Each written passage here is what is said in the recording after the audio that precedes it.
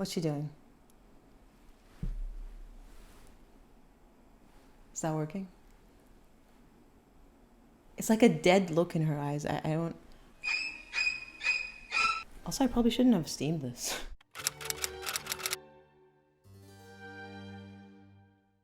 Meghan Markle's appearance at last week's TIME100 summit has sparked a lot of debate, to put it lightly. And so has Blake Lively's inclusion amongst the top most 100 influential people of 2025. I didn't know that making unproven allegations against someone qualified you, but hey, you learn something new every day. But the outrage is understandable. I mean, what's an out-of-touch elitist duchess with a string of failed businesses in her wake doing at the TIME100 summit?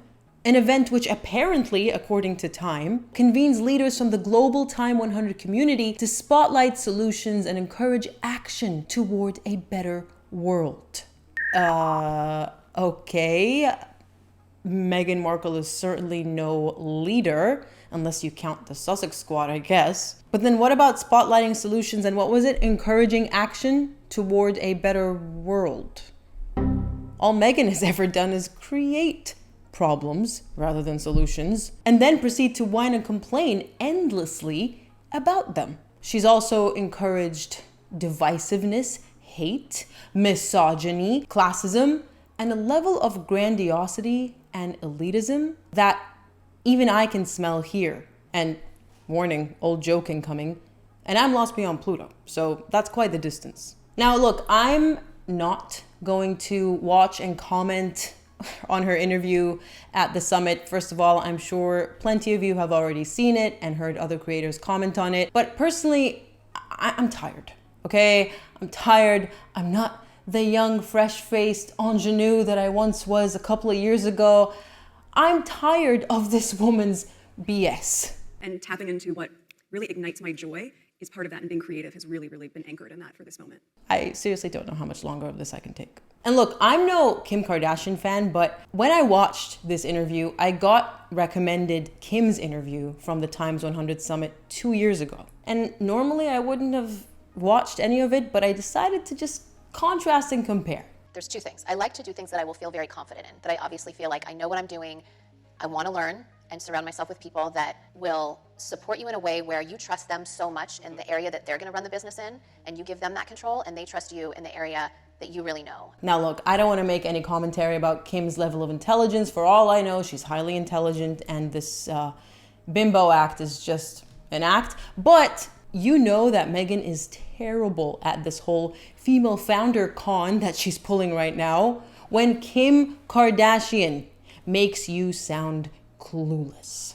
Having said that, is Meghan's inclusion at this summit really that much of a surprise? She is an alumni, after all, of the 2018 and 2021 TIME100 most influential people in the world list. I had no idea about the former, by the way, because in 2018, she wasn't exactly on my radar. Apart from the wedding, it was all pre-YouTube. But apparently she was, I suppose, nominated by Priyanka Chopra that year for, I guess, marrying into one of the most prestigious families in the history of our species.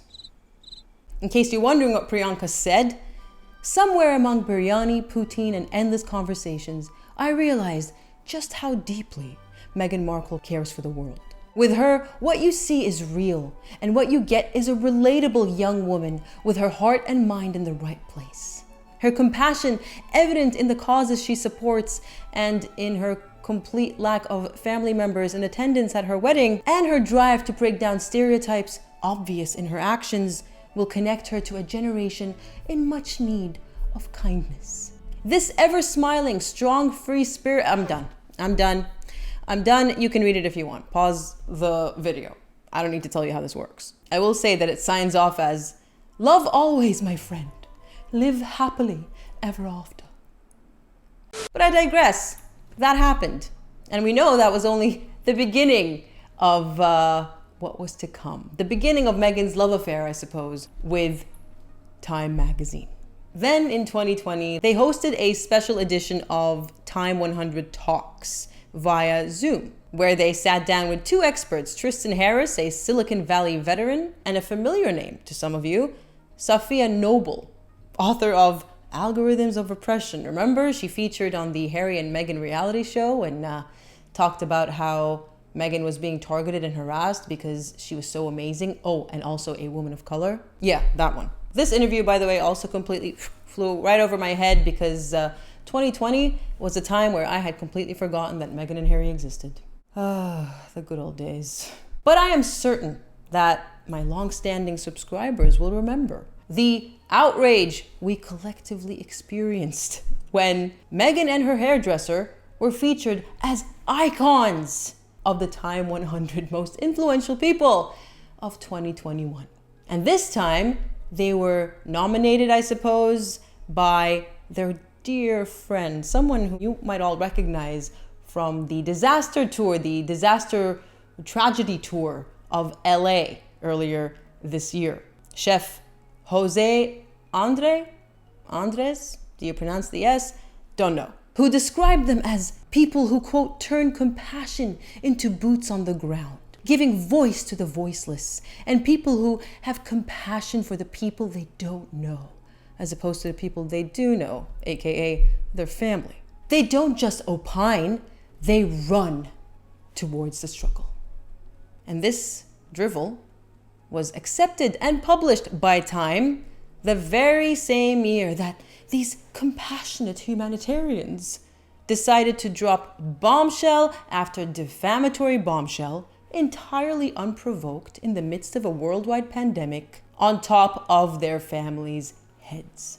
Oh, and while Prince Philip was on his deathbed. Let's not forget that. By the way, there is an explanation as to why these blurbs were written by equally out of touch elitists like Priyanka Chopra and whatnot, but we'll get to that a little later in the video. Suffice it to say for now that Time magazine and Time in general is not what it used to be.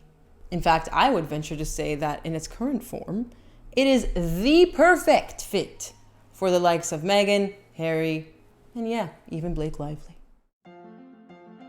Did you know that the Duchess of Windsor, the original reviled American Duchess, was posthumously named the most influential person of 1936? And this was done as part of a project called the 100 Women of the Year, Time's list of the most influential women of the past century, which was part of a project that Time had started around 2019, where they would retroactively honor 100 women from all the way back starting in 1920, which didn't really happen in real time because up until 1999, the honor was exclusively reserved for men. But I just found it interesting that Wallis Simpson herself was picked for the year 1936, which is the year that Edward abdicated the throne and married her. And they picked her for becoming the most talked about, written about, headlined, and interest compelling person in the world. And then, of course, they have to reference Meghan Markle, saying this year, as another American struggled to navigate the royal family with her husband, Simpson reminds us that when modernity clashes with tradition,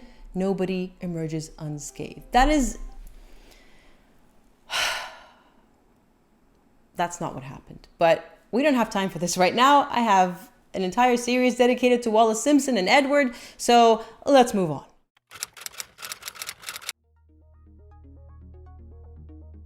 If you actually look into Time and its agenda, especially in recent years, Meghan's inclusion in this year's summit and as 100 most influential people in 2018 and 2021 actually makes sense. Because the truth is, it doesn't really take much at all to land a spot on this list. You see, Time, much like the New York Times, especially in recent years, appears to be singularly concerned with revenue, especially under the auspices of its current CEO, Jessica Sibley, the woman who, I can't even say the woman who interviewed Meghan because that was not an interview. I guess the woman who kissed Meghan's behind on stage. There's nothing you can't do. But appalling interviewing skills aside, to be fair to the woman, it's not her job. Jessica, whose entire career as a media executive was built upon generating revenue growth for media conglomerates such as Forbes, The Wall Street Journal, and Condé Nast, and who was also credited as the person who got rid of Time's paywall in June of 2023, thereby ditching consumer-generated revenue in favor of a business-to-business model. She really isn't shy about how the bottom line, the moolah, is the only line that she cares about. Time's reputation, credibility, and integrity be damned.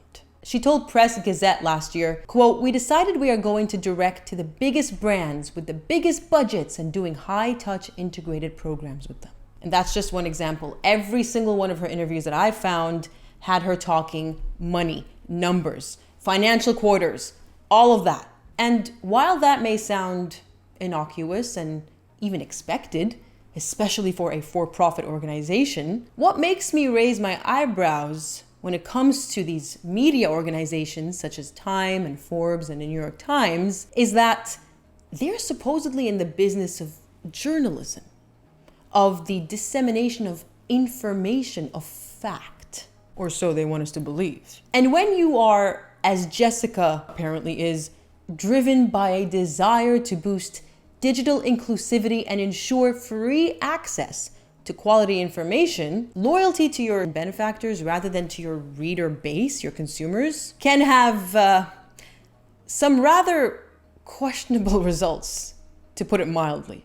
Have you seen the quality of articles that have been put out by the New York Times recently, for instance? Not that I'm blaming Jessica entirely for Time's problems. After all, Meghan and Harry made the Times 100 most influential list a couple of years before she became CEO. But it explains where Time's priorities lie and why someone like Jessica, who specializes in driving revenue, was handpicked not as the CFO, but as the CEO.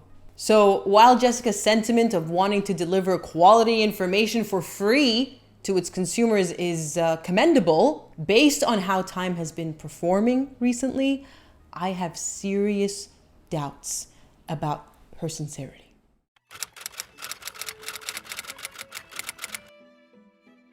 All right, so we know that Meghan and Blake Lively's inclusion as part of Time's 100 most influential throughout the years is a farce. It's a sham. Just as we know, at least I hope we do, that putting up vacuous celebrities like Taylor Swift and Beyonce as Person of the Year is a sham. And how do we know this, you ask? Well, from Time's own selection criteria, of course. In its debut Time 100 special issue from 2004, Michael Elliott, the magazine's then editor-at-large, shared with his readers, quote, 3 rather distinct qualities among those who shape our lives. First, there were those who came to their status by a means of a very public possession of power. President Bush is the preeminent example. Others, though they are rarely heard from in public, nonetheless have a real influence on the great events of our time. Think of Ali Husseini Sistani, the Grand Ayatollah of Iraq Shiites, who in effect has a veto on plans to transfer power from those who occupy his country to its people. Still, others affect our lives through their moral example. Consider Nelson Mandela's forgiveness of his captors and his willingness to walk away from the South African presidency after a single term. The list of those who, in our judgment, are the 100 most consequential people in the world right now reflects these 3 ways in which greatness can transform the lives and thoughts of millions, and not always in ways that we like to admit. The president of China has power. That much goes without saying. But Kim Jong-il, the dear leader of North Korea, has power too. Nuclear weapons programs do that for you, despite the fact that his nation is an economic basket case. But we have a sneaking affection for the true heroes on the list, the people we admire because they have some quality, be it physical or moral, that sets them apart. The scarcely believable toughness of Lance Armstrong, the stubbornness of dissident Aung San Suu Kyi, these are examples of human attributes that inspire and amaze. All right, aside from the cringe reference to Lance Armstrong, which I suppose can be forgiven because this was obviously written long before he was outed as a cheat, when you listen to these qualities, which, to make it clear, is obviously not just reserved for good people or good influencers. They've named dictators as well, who also have influence. But do any of these qualities make you think, yeah, Meghan Markle, or yeah, Blake Lively, Beyonce, Taylor Swift, in the slightest? And you're free to answer yes, by the way. I mean, the comment section's right there, have at it. But I personally don't see it. And if you do, Please tell me, how do any of these people, and it's not restricted to just the ones I named, trust me, there are many more, like Oprah Winfrey, who also notoriously sold her soul for money, George Clooney. How do these self-absorbed and entirely out of touch residents of planet Elite transform the lives and thoughts of millions through their greatness? Oh, wait. No, I'm kidding. I won't. We're running out of time here. As far as I'm concerned, all you have to do is listen to a few seconds of Meghan's interview that we just listened to a snippet of earlier, or even a few seconds of Blake's obvious dig at Justin Baldoni during her speech at the gala. I have so much to say about the last 2 years of my life, but tonight is not the forum. Even when we are in sharp pain, never underestimate a woman's ability to endure pain. To know that at least these two women would in no way have qualified for a nomination rather than actually being finalists and being included in the list if Time had an ounce of credibility and integrity to its name. Did I read out the 2011 entry that director Baz Luhrmann wrote about Blake? Get a load of this. Every now and then, an actor or actress manages to somehow channel the vitality of youth. That indefinable, natural, unprocessed glamour full of possibility and filled with anticipation for an endless future. I've known Blake the actress, and I've known Blake the person, who would surprise many with her down-to-earth coolness. She makes you feel that she and life are going to go on forever. So he nominated her because she was young? I can't keep doing this to myself.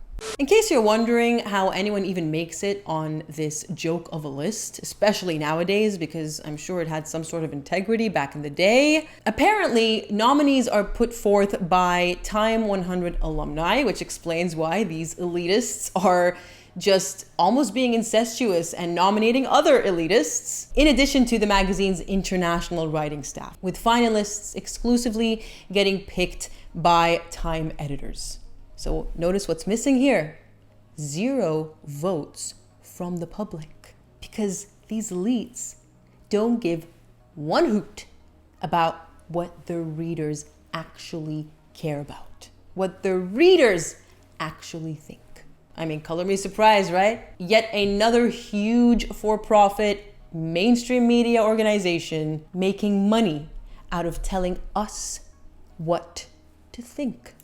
And by the way, if you don't want to be told what to think by the monstrosity known as mainstream media, do check out Ground News, which is an independent platform that not only gives you the news, but tells you what the political biases are of every organization that the news comes from. So rather than dictating to you what to believe, driven by their own agenda, you get to see their agenda unveiled and make up your mind for yourself. I know it's my new search engine. I don't use anything else anymore, really. So if you're interested, do use the link in the description box, check.ground.news/Lost Beyond Pluto for 40% off a Vantage plan. That's 40% off. Go get it. The thing is, I do have a life, believe it or not. So I couldn't scour through every single list of these, Time's most influential people throughout the years, read their bios, and figure out whether they deserved it or not. But a cursory search reveals that the initiative probably did start off strong, with mostly scientists and politicians and activists, presidents dominating the list, whether good or evil. But it is entirely undeniable that as the years went by, the quality of the list deteriorated. Oh God, they even had a Time 25 most influential people on the internet list that ran from 2015 to 2019, naming the likes of Jojo Siwa and another scammer, in my opinion, and good friend of Meghan's, of course, because, is there any other kind? Jamila Jamil, as influencers who made the cut. Wow. I guess I'm glad this list isn't running anymore because wow, has time fallen a long way since its first issue 102 years ago. Is it 102 years ago? I think it is.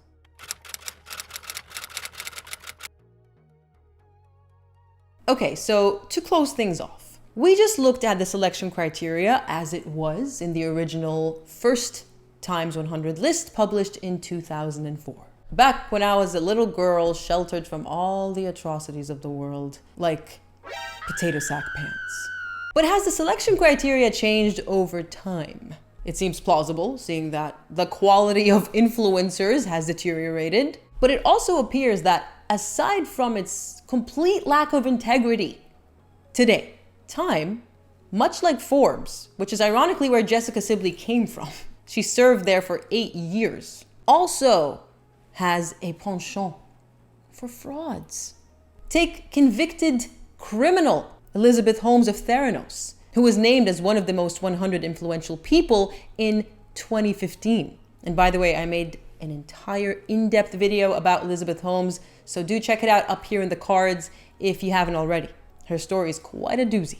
Or how about crypto fraudster Sam Bankman-Fried, who was also convicted of fraud, conspiracy, and other serious crimes only a year after his inclusion in the TIME100 list of 2022. And I'm sure there are many more that I haven't come across. But what does that tell us about the criteria, what it takes to make it on these lists today? I don't even know if the original selection criteria still stands. From the looks of it, it doesn't. But it appears to me that they've tacked on fraud as an additional criterion. In which case, Meghan Markle should feel right at home. Yeah, I was such a fraud.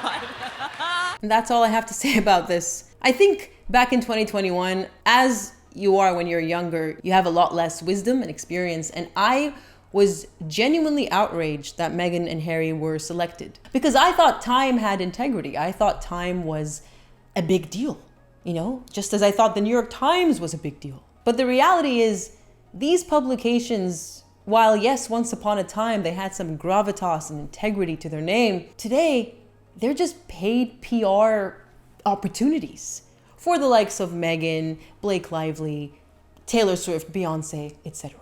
It's basically a pay-for-play arrangement. So I think the next time someone as ridiculous as Meghan Markle and even Blake Lively are named or honored by these lists, just remember that this is not the people's vote. This is probably paid for. I don't have any proof, but I really wouldn't be surprised seeing as Jessica Sibley is so driven by revenue, and more revenue, credibility, out the window. But this is just a elitist patting another elitist on the back, enjoying their frivolous, flower-sprinkled life on planet Elite. And I'll sign off by saying, thank heavens, I'm lost beyond Pluto, because I don't want to be anywhere near that shiz.